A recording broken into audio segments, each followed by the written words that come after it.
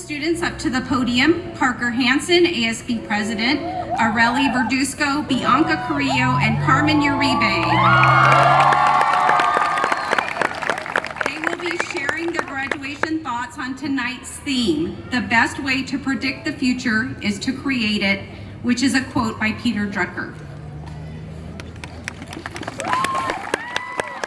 Let's go, Parker! Good evening. My name is Parker Hansen, and I'm the 8th grade class president for the 2016-2017 school year. I would like to welcome teachers, students, parents, family, and friends to this year's graduation ceremony. I also want to thank you for taking the time out of your day to come celebrate this tremendous step in our lives. We were given a quote by Peter Drucker: "The best way to predict the future is to create it," to base our graduation speeches on. I struggled with what to write because speaking in front of a big crowd is scary and nerve-wracking. But isn't that how middle school was? Scary and nerve-wracking? We all ended up creating the type of middle school experience we wanted, whether it be good or bad experiences, making good or bad relationships, or just going with the flow. We all ended up creating our future, starting at 6th grade.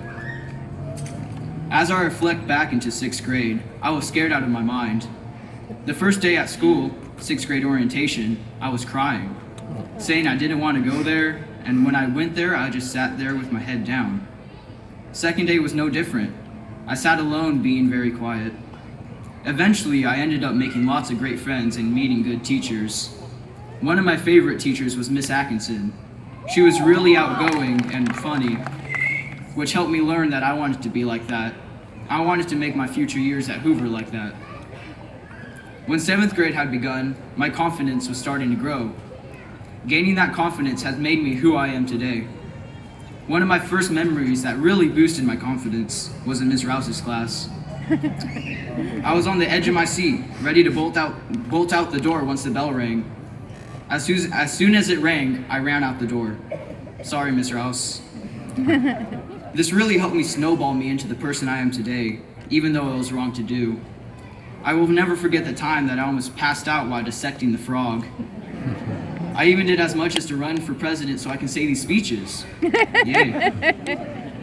We have all done awesome things in 7th grade to create the future we want, but in 8th grade, that's when everything was pieced together. 8th grade was one of my favorite years of all time, and maybe is yours as well. We've all shared great memories and bad ones too. Some of my favorite memories were with my friends, from torturing themselves and helping me make my first goal in a real soccer game, to getting me to go on that roller coaster, even though it wasn't that big of one. We're all gonna miss these memories we made here at Hoover, from having fun in a big class project to just relaxing with our friends. One thing on the mind of all 8th graders right now is, what's high school gonna be like? Is it really that different from middle school? Will I have to change myself at all to be cool? We will always have to change. To change is to create a better future.